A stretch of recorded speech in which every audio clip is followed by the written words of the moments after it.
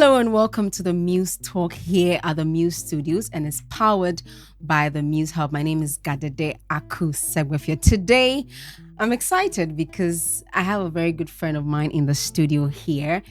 I admire his craft and talent so much. I'll introduce him after the break, so don't go anywhere. Don't forget to like, comment, share, and do not forget to subscribe.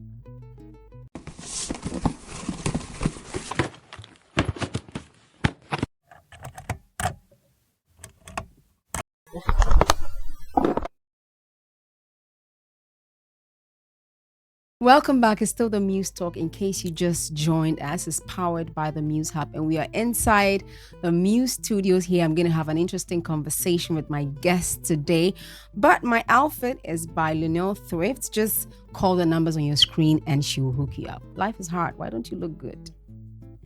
My guest today is Andrew Tandoh Adote. He's an actor, screen stage actor, and I'm excited to have you here. Andrew, how are you? Hello, Gadede. It's exciting to be here at the Muse Studios. Mm-hmm. Very nice and fancy. Yeah. Yeah. It's good to be here. Thank you for coming. It's exciting that you accepted my invitation. It's because you are beautiful. If you weren't beautiful, I can't come. But that's a good thing then. But it's not. Well, I invited you because you're handsome. Oh boy. Pum. And wow. your voice, oh my goodness. Yes, it's another thing I like about you. Yeah, I used to drop small. So money, not woman, but money. Either ways is fine. No. So do you have people listening to you and going like, oh, your voice, I like your voice. You get compliments like that? Yes, I do. Especially on the phone. No, I've been getting it a lot, so it's now normal. It's now normal. One of my voiceover clips went viral on TikTok, and there are people who, when they heard my voice, thought it was maybe a machine or AI or something. So now when they actually see me recording the voiceover they've been hearing all over the place, they're like, so you're a human being. And they're like, hey, so you are the one who did it. Hey, I thought it was a machine. No. So you are the one. It's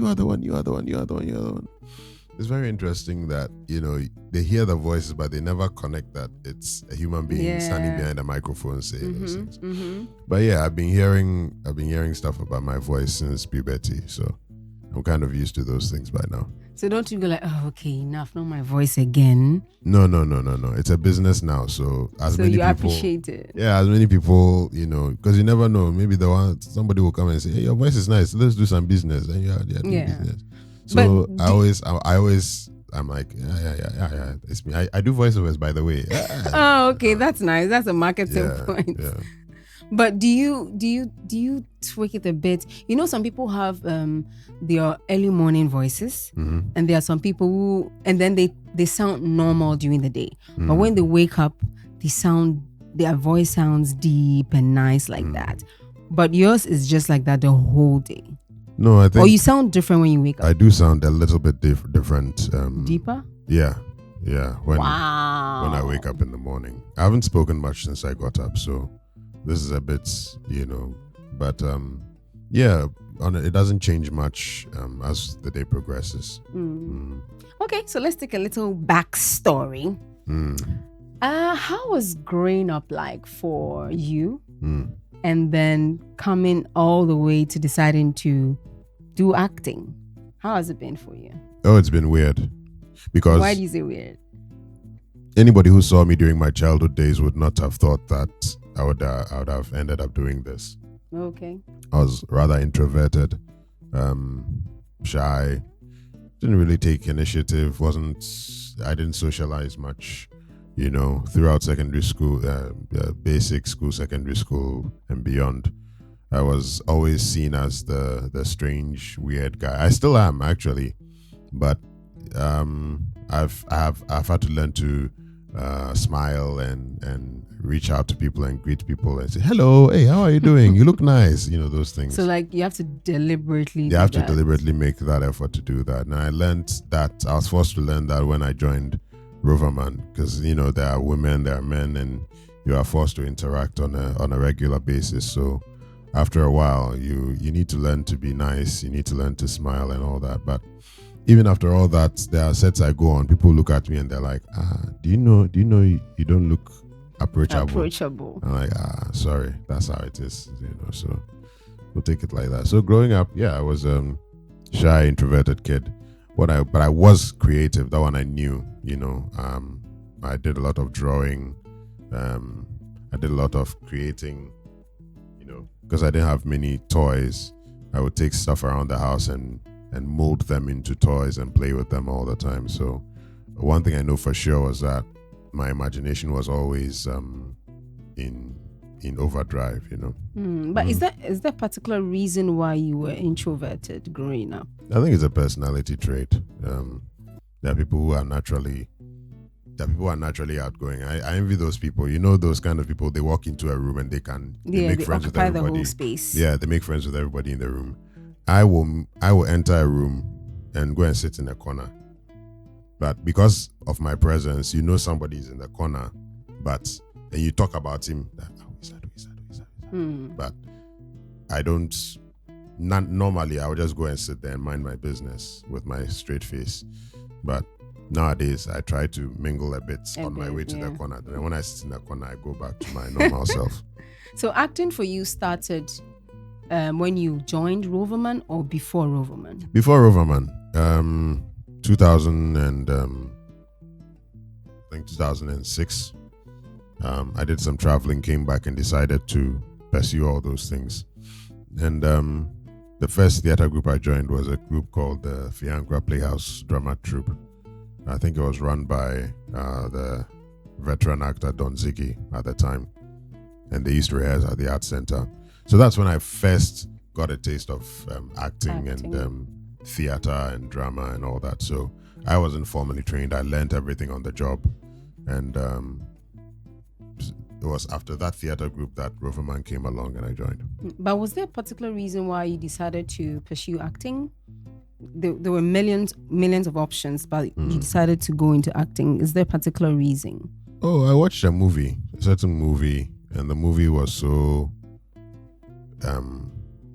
inspiring that I decided, this thing, that thing, you see someone doing something and like, this thing, if I force, I can do some, that kind of feeling. So that's how it started. It just started as that feeling that this thing, if I try, I think I can do it. It will be nice. And that feeling led to me taking action, going to look for places to learn acting. And then the theater group came. And then a couple of years later, Uncle Ebo came. And then the rest is history. But I'm sure before that, just like every other child, you had a dream to be something, a doctor, all those great things we mentioned when we were growing up. Do you have anything like that? It was the things they usually put in our head. When you grow up, you become a doctor. When you grow up, you become a pilot. So as a child, you parrot it. When I grow up, I want to become a pilot. One of my mom's friends was a pilot, and it was so cool. So for a period, I was like, me too, I want to be a pilot when I grow up. And then what other profession did I aspire to? Architect? Did you also make? No, just pilot. Okay. Just pilot for a long while. I wanted to do pilot, but as life would have it, life happened. Life happened. So you were a screen actor and a stage actor. Yes. How are you able to blend both? Oh, I think if you are well versed in the stage acting, the screen acting comes a little easier. Because a lot of work goes into stage acting, how you learn your lines and how you perform and all that. The energy levels are different. How do I put it? The discipline is different. The energy levels are different. And once you go on screen, sometimes they say the screen spoils you because when you make a mistake, you just cut and you do something else and all that. So I blend the two. I wouldn't say I blend the two, but I let one inform the other. Okay. I let the discipline and training from one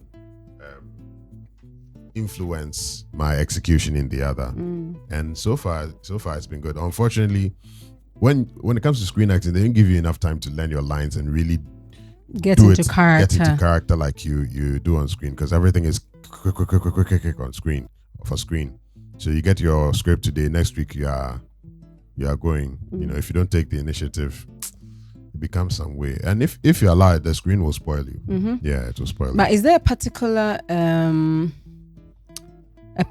thing you pick from screen onto stage? Like the way, I thought as much. There's nothing. It's rather what I do on stage that I take onto to screen. Because the stage is where the muscle memory is. So there have been times when I've been asked to bring my energy down, bring my voice down. Because on stage you project. You project, and your gestures and facial expression, everything is bigger. Yeah. So when you go on screen, they tell you, okay, listen, this is screen. The camera is right here, so just relax. Don't talk too loud. There's the microphone and all that. It happened a lot when we were filming Beasts of No Nation, where they had to cut like 3 times. It was a short thing. I would say, Uche, bring the food, come. That's what I was saying. Then the director would cut and say, okay, you got a big. So he was a white American guy. He comes and he tells me, yeah, my voice is a bit this thing. Okay, the mic is right here, so I should just relax. Then cuts, action. Then I'll bring it down and talk, and he will still cut again. You tell me, still my voice is. I should bring it down. This happened 3 times. And I was like, okay, wow. I think I need to. I need to learn how to bring my energy down for the stage. But for anything from stage to screen, from screen to stage, no, I don't take anything from screen to stage now. Yeah. Otherwise, your performance would be for screen on stage, and that won't work. It never. I've always had this thought. I don't know whether it's just in my mind or other creatives also have it. How do you let go of a particular character and then embrace the other? Do we even do that properly? Because I feel creatives are a bunch of people working with different personality traits. So therefore, when you're done with a particular character, are you able to let go of it and embrace the other one, or is just hiding in you there somewhere? And how does it not affect our mental health? Well, I mean, there are actors that embody the role so much that even they can't tell where their personality ends and the A begins. But I have never really had that problem, at least not yet. I've always managed to maintain my sense of self apart from the actor. So the picture is, there's a real Andrew who is standing behind, and then he's like the puppet, and the character is at his fingertips and he's manipulating the puppet at his fingertips. So when I'm done with a role, I just take the puppet and put it aside, and I'm still me. Maybe one day a certain role will come where it's so challenging that I have to fully put myself inside and really become the character, but that role hasn't come yet. And this is also a very efficient way of playing the role, being myself, and then creating the character, molding the character for people as much as possible from behind the scenes. And then I show that what I've done to the people. I said, you like it. When I'm done, I say, okay, you are done, so you go here. Who is next? And I make the next one. Yeah. But is that to say that you haven't had any challenging role yet? Yeah, I mean, I think I haven't scratched the surface of what really. I'm yet to get the role that will really, force me to dig deep and bring something from my bowels to this thing. So many people are impressed with what I've been doing, but I know that I haven't really encountered that particular role that will make me dig deep yet. Great. So when you're handling a character, a particular kind of character, what thought processes do you go through as an actor to arrive at what exactly you're supposed to do in embodying the character? Is there a particular process you go through? No, there are different processes. We performed a play called Gamesman Play for Roverman, and the the character that they gave me was a very sneaky, backbiting, scheming person. And I began to imagine how a snake operates, how a snake moves. You know, they move in silence. You don't hear they don't have footsteps and everything. And somehow it ended up becoming part of my character for the play. So anytime I was walking, people in the audience would go, who is that? Why is he moving like that? You know, and they could tell without me talking that this guy is not correct. There's something evil about him. Evil is a strong word. Maybe weird, dubious about or weird about him. You know, and there have been other times it's just the script. The script has informed a majority of who the character will be, and then the rest is from different experiences, people I've met, movies I've watched that have all mixed together and at the back of my mind. You know, I watched a whole lot of movies when I was younger, before I started chasing money. So there were times I could see 2 or 5 seconds of a movie before even the title comes, and I know the movie, you know, what movie this is, what movie that is, you know. That's how much into movies I was. And there was a time I watched Lion King. Is your poster here? Lion King poster. Lion King. Yeah. You don't have Lion King. Do you have Lion? No, I don't think so. Well, the very first Lion King, I watched that movie so many times I could recite the whole film. Wow. Yeah, I could recite it. Recite a whole. Now I can still recite a few scenes, but most of it is it's gone. But I can still recite a few scenes. So yeah, it's those things, all those things that I did in the past creatively, along with me creating characters as a boy, and I created this character, and all that. It nurtured that creative instinct in me. So when I see the script, I get the lines, I just somehow pull on everything I've been consuming since I was a kid, and then add bits and pieces of it, and something nice comes out. Yeah. Great. Now you're a voice actor as well. Yes. And you do voiceovers. Yes. What's the difference between the two? Is there a difference at all? There isn't a difference between. It's all acting, because you are the voice of the company. So if it's a bank or a serious corporate institution, you talk, and they want to inspire confidence. They want to inspire dependability, solid. So you go behind the voice, you go behind the mic, and you begin to speak with authority, because you know what you are talking about. And this product, when you take it, when you sign onto this scheme, when you sign onto this bank, when you join this bank, you will be able to be fully rest assured, because this bank is what will help you and your family reach the next level financially. You will be secure. You will be safe. You will be fine. That's a free voiceover over there.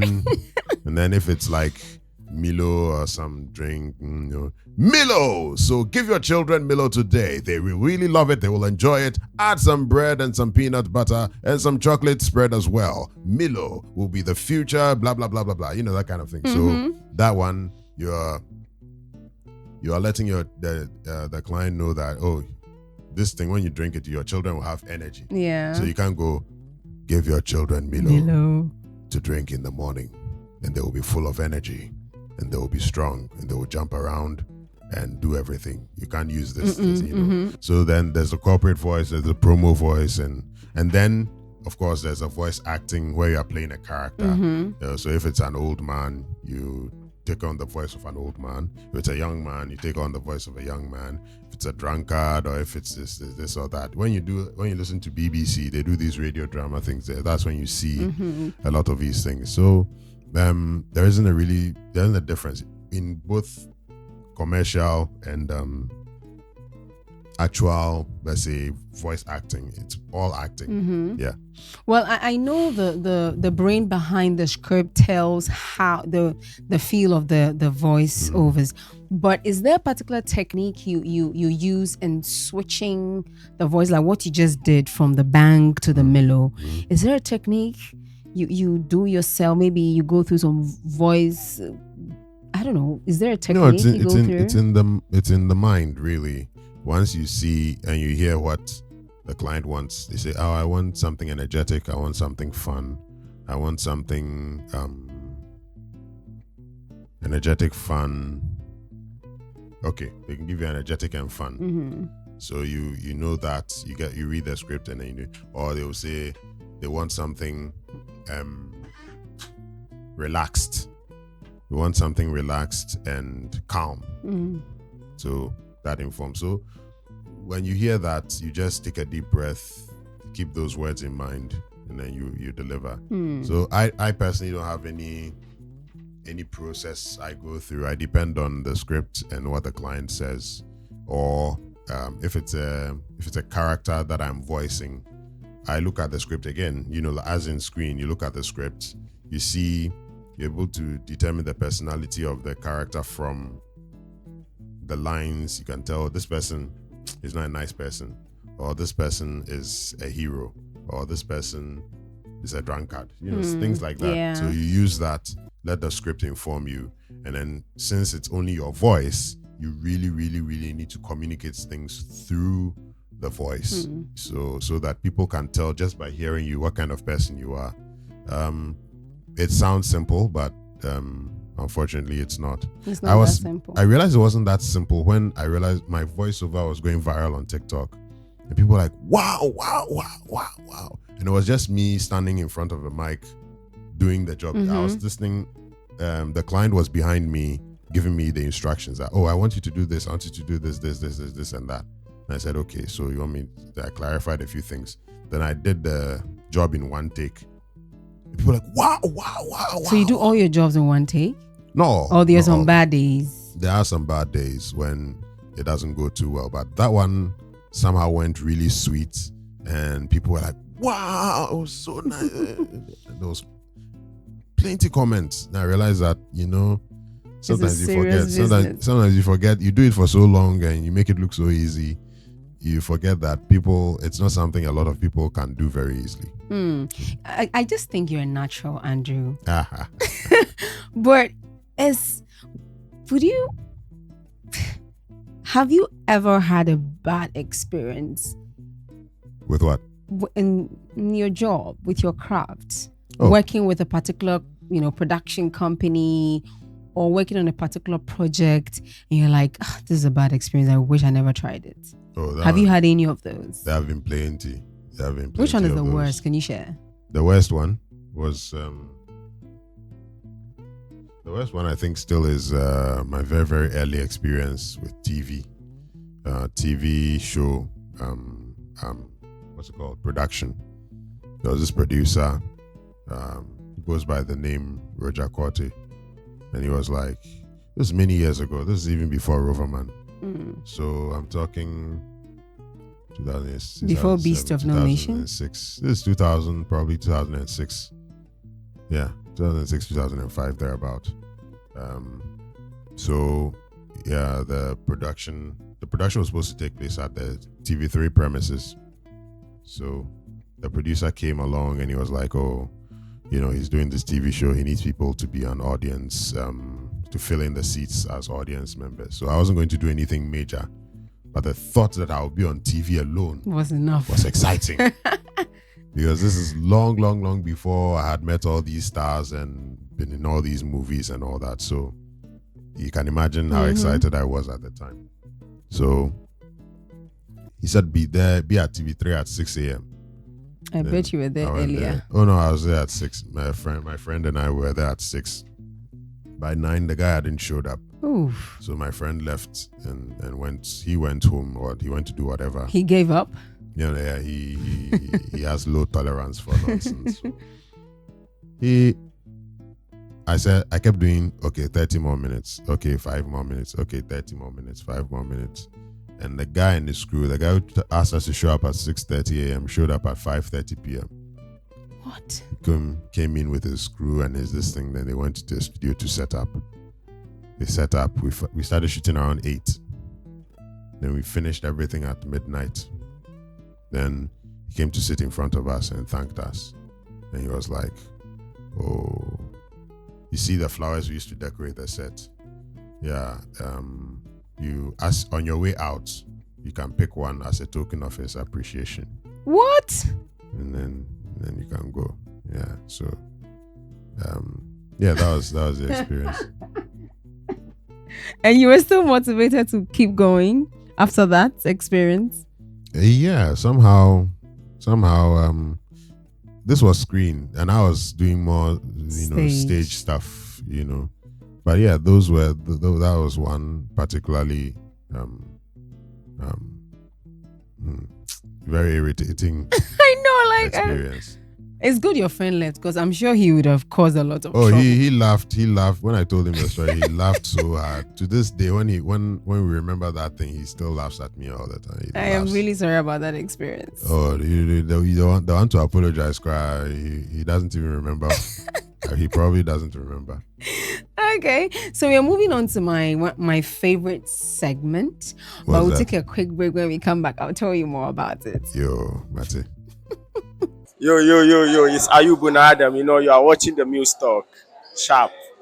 Hello, I am Etia Henny. You are watching the Muse Talk. Hello, my name is Philippa, and you are watching the Muse Talk. Stay tuned. So our elders say you cannot convince a fly that honey is sweeter than feces. You are watching the Muse Talk. Yo, what's up? My name is Nasi Ogli, NATTYOGLI, and you are watching the Muse Talk, Molly. Welcome back. It's still the Muse Talk, and I'm here with Andrew Tandoh Adote. He's an actor, stage screen actor, voice actor, and a voice-over artist. We've been having a very interesting conversation, and we're about to have a fun game segment. Okay, my very first question. Okay, before making a voice note, of course you do. Do you rehearse what you say? And after recording, do you listen? It depends. On what? Sometimes a client wants a rough example of what you will do for a job. So for that, if you really want to impress a client and for them to be satisfied with what you are going to deliver, you do it carefully. When you finish, you listen. You listen to it before you let it go. Yeah. Okay, let's say a casual conversation, no business. Nah. You don't rehearse? No, I don't rehearse. And after recording, do you play back? Unless some woman is upset with me, and I'm also trying to explain myself. That one, they can use your words against you, so you have to be careful. So when you're doing the voice, that one I prefer to even text, because that one you can think about what you are saying before you deliver. But after the voice note, do you listen to what you've recorded? Hey, with that one, yes. Like, why do you do that? You now recorded the thing, so why do you have to listen? Court of law if you are not careful. Okay. Would you date yourself? Yes. Yes. Why do you think you date yourself? I think, all flaws aside, I am amazing. I think I'm a rather kind and considerate person. I self-reflect a lot on flaws or things I may do that people don't like and try to improve. So I think I may be troublesome, but I do my best to be kind and be considerate and be helpful. Nice. So you're supposed to choose between a funny partner and a rich partner. Which one will you go for? Funny partner and rich partner. Which one will you go? Think about your answer very well. Rich. Why though? And I'll try to be funny. Why? What do you mean why? Are you in this economy? Have you heard what is going on? They call it Have you bought gold tomatoes digging before? I know, right? They call it gold digging. They can call it whatever they want. Okay. Give me 2 true things about yourself and 1 lie. 2 true things about, but I Yeah. can't tell you which one is true, which one is the lie, and you determine which one is the Maybe lie. let's say Sir. I determine. Okay. Let's see, maybe I know you so well. Okay. Let me dare 2 true things and 1 lie. lie. Yeah. Okay. Statement number 1.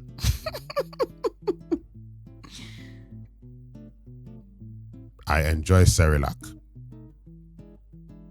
Statement number 2.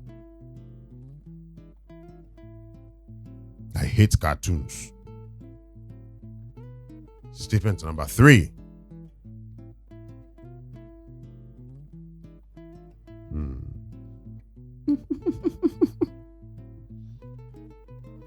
Statement number 3.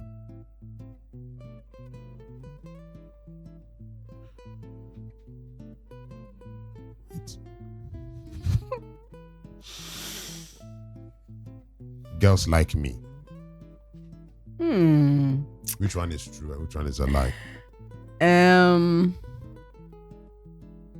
The true statement is do you say you hate Cerelac or you like Cerelac? I won't repeat it. Oh, come should have been paying on. attention. No, I was. Okay, it's rather you hate cartoons. The same was I hate Cerelac, I like cartoons, and girls like me. You hate Cerelac. No, you don't hate Cerelac. You like Cerelac. Like there's some baby boy-ish thing about you. So Baby boy-ish thing. So you like Cerelac. So That's which the one truth. is a lie? The lie is you hate cartoons. Correct. That's a lie, right? Yes. Good, because I mean, if you hate cartoons, you'll not be wearing a shirt with that drawn on it. You're very smart. Oh, so girls like you? Yes. Of course. I mean, Yes. it's Andrew. When I open my mouth now, you say, "Oh, Andrew." So why are you not married or something? Why you don't like them? I'm stubborn. Explain stubborn. Maybe I enjoy my own company too much. Don't enjoy your own company too much. You need a woman in your life. That one, they won't deny it. I'm warming up to the idea. Please do. Please warm up quick. Hmm. So Andrew, what's the future like for you in terms of your craft?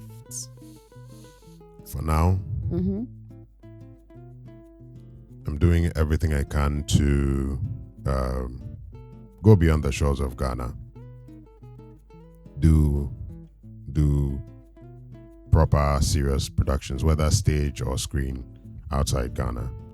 And then, because it's a business, you are a business. If you decide you're an actor, and as a business, you need to expand. You need to grow in value and size, you know. But since there's only one of you, you need to add enough value to yourself where your whatever you collect, whether it's actors' fees or endorsements, brand deals or whatever, will be heavy and weighty. So you can do this. So there's just to increase my value, learn a second language. I'm trying to learn French. How's it going? No, it's going slow but sure. Can you say it's going slow but sure in French?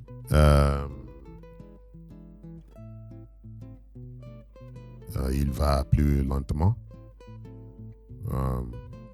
Mais il va faire de. Like that sounded so sexy. And they also say bien. It's over for everybody. So yeah, it's going slowly, but it's going to be fine. And I think basically because I've put let's say this is almost 20 years doing this, so there's 20 years. Yeah, because I started Roverman started in 2008. You started with them. Yeah, I was one of the first Wow. actors on stage with Roverman. So that's 2008, and I started acting on stage I think 2 years earlier. So if you make the calculate, that's almost 17, 18 years. You know, so there's no point giving this up to go and do something else. You have to find a way. You're in too deep. You have to find a way to make it work. And you can't tell me wherever I've gotten to is where is my limit. No. You know, so I have to find a way, despite everything going on in the country, it's my responsibility to break through and all that, so that, you know, through acting, maybe I can build a house and put some woman inside and some children and say I'm taking care of them, you know. Then I can proudly say, oh, this is acting. Hey, acting alone. Yeah. But you think it's possible? It is. I mean, acting in Kwan. Yeah. I think it's possible. I think that's why you need to go. I think if you do that in Ghana alone, then you are in trouble, unless you become a producer or something in addition. But purely acting, it is possible, but you'll have to build a brand beyond the shores of Ghana, so that you go. I mean, there are people who go and do one job, they come back and they don't need to work again for a year. Yeah. You know, there are people like that. I met someone at the National, not an actor, but one of the behind the scenes stage people. He goes, comes back, he tells me he doesn't need to work again for a year. That's good money. Yeah. And that's not even a high level, probably a high level job, you know. So the possibilities are there. If a door opens for you there that you get regular work, you go and come. You're good. And you don't spend on unnecessary things. That's very important. But I cannot afford to believe that it's not possible. So I have to find a way to make it possible, so that other people coming, maybe what I do, what I may go through that will be hard for people, other people coming after me will have a blueprint that they will also follow that will make it easy for them. You never know. Sure.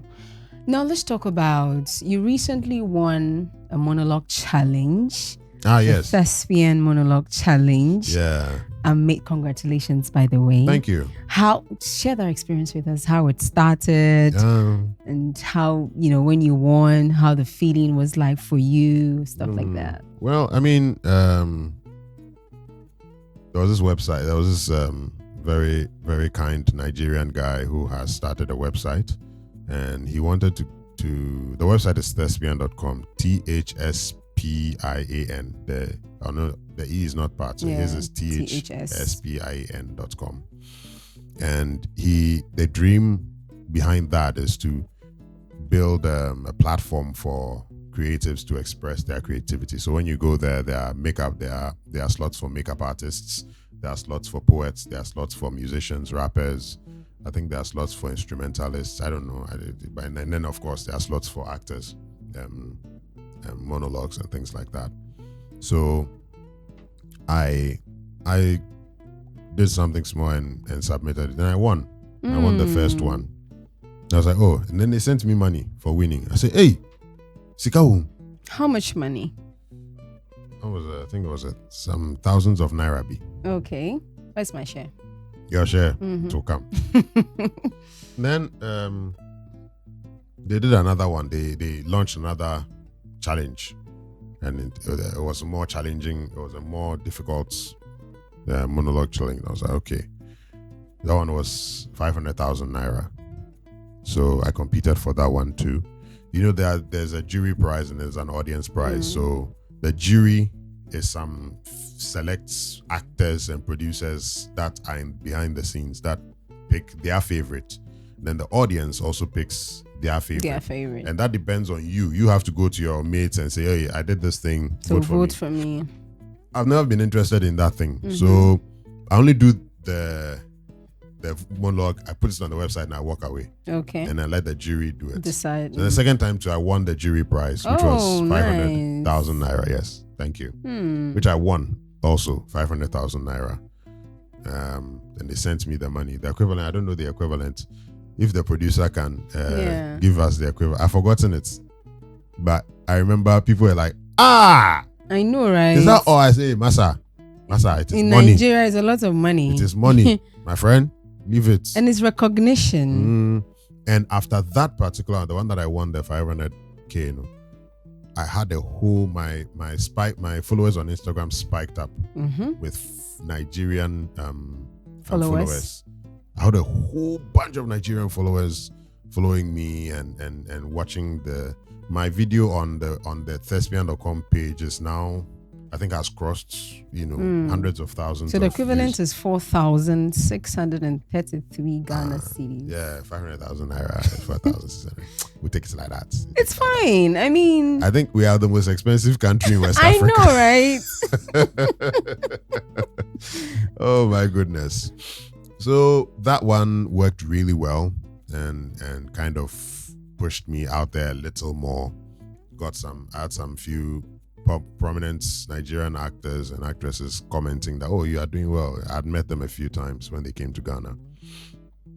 So now there's a third one that has been launched, also even more challenging than the previous one. That one is also 500,000 naira. I submitted my entry for it recently. Hopefully within the second week of next month. Submissions close on the 30th. So within the second week of next month, they will be announcing it. But this time, I'm going to do the jury one, but I'm also going to canvass for votes. Yes, please vote for Andy. So it will come, and then I'll tell you what to do. You go on the website, you pick your favorites, you vote, and then you go. So that this time, God willing, I'll win both that one, 1 million naira. Thank you. So Andrew, almost 20 years of experience in the creative space.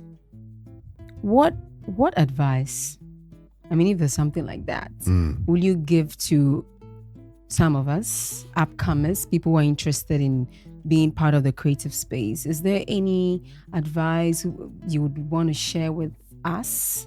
Oh, I mean, be prepared to put in the time.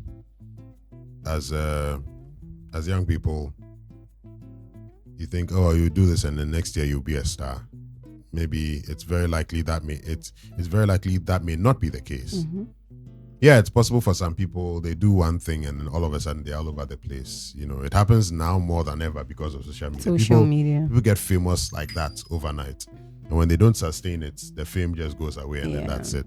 So fame is cheap, but to build the experience and the expertise to sustain your name, to sustain your brand to the point where it doesn't just come up and go down. Like if you use Sarkodie as an example, musicians have come and gone, but he has been there. Why? Because he built the character for consistency and all those things. All those things play a role. But if you don't learn those things, and those things take years to build up. So whether you like it or not, if you really want to do this right, be prepared to put in at least 10 years without the possibility of seeing anything coming out of it. Because that's what I did. I didn't know I still don't know if I'll become that wealthy the actor who can be self-sufficient and you can do this full time. I still don't know if I can do it, but I'm still doing it because I have faith that it will happen. So this job, if you really love it, yes, you may have to find a side job or something. But if you really love it, it will take a number of years for you. Thanks to social media, I mean, a lot of things are happening fast. When we started, there was no social media.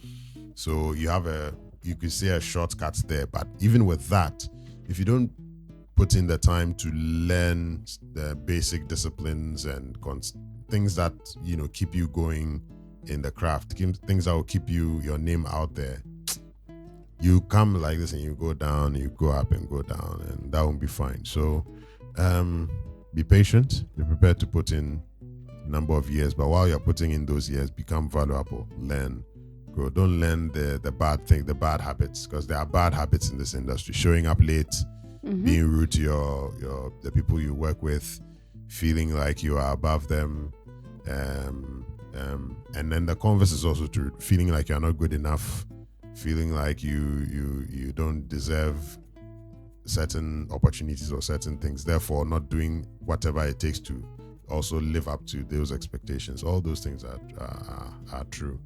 So be patient. Don't be an asshole. Don't be a jerk. Don't be a bitch. And then, God willing, if you see me on some Hollywood stage somewhere, you say, okay, if it has happened to him, me too. It's gonna happen to me. Yeah, sure. That's the spirit. Yeah. But Andrew, you do acting full time, right? Full-time ish. So there are a number of ish? things I've done, like the voiceovers. I've done storyboards. I also do visual art, so I've done storyboards, and there are a number of things I've done over the years to sustain those things. But as my responsibilities have grown, fortunately, because of the number of years I've put in the industry, there's some level of experience that they place value on. So they don't pay me as low as they used to pay me before. Okay. There's some progression that I'm seeing. Somehow I'm in a position to negotiate a little more because of who I am and what I've been able to do. They respect the work I've put in there. So the money has been marked slightly better over the years, but that's because it's been 20 years, almost 20 years. So 20 years of it's not like I've gone and come. Consistency. I've been in the system for all this while. So people know you. When people know you and they know you are competent, they put a bit more on it. I've forgotten the question. What did you ask? I was asking if you do acting full time. Yes. So yeah, I'll say full time. Yes. I'll say I've been doing this full time for quite some time. So hopefully I'll be doing it for the rest of your life. For the rest of my life. Yes. And I'm praying and hoping that you hit the Nigerian market, because I understand that when the Nigerians love you, that's it. You are hitting international. That's what people say. Yeah, I've when heard the that Nigerians too. love you and they accept you, international.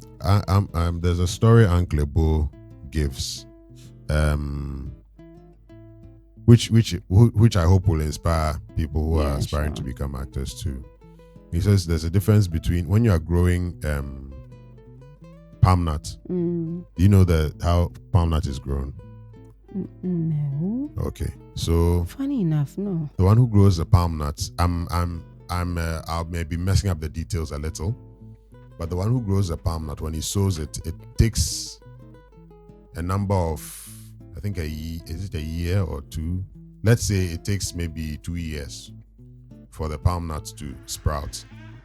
During that time, people who grow corn and maize and things, they grow it grows, they harvest. People will harvest their crops many times over before you begin to harvest once. By the time you harvest your palm nut once, people will have harvested their maize, their corn like 3 or 4 times before you.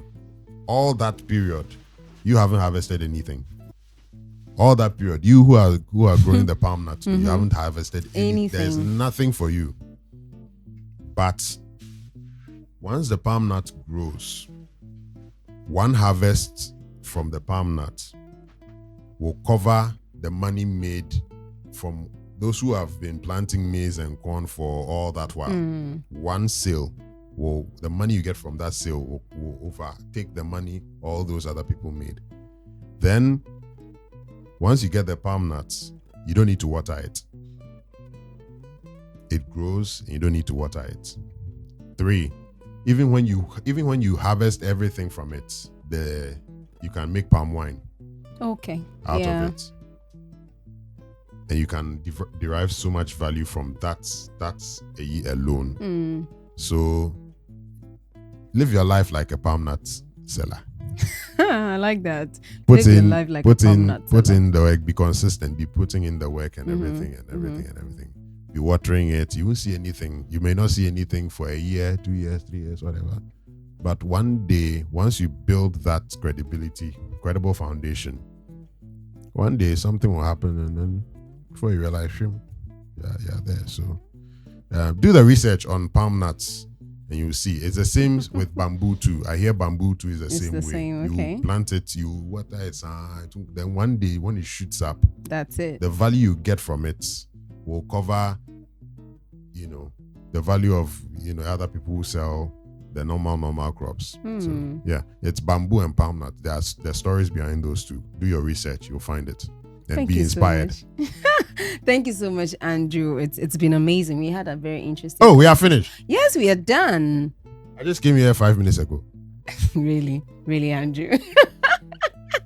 Thank you for coming. It's been the Muse Talk. My guest today, Andrew Tandoh Adote, is an actor.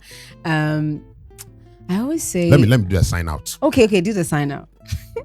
Give me voiceover voice. I use my voiceover voice. Thank you. Let's do this. All right, ladies and gentlemen, this has been the Muse Talk with Gadede Segbefia and myself, Andrew Tandoh Adote. Thank you for watching. See you on the next episode, and we will be in touch. Bye-bye. Period. We are done.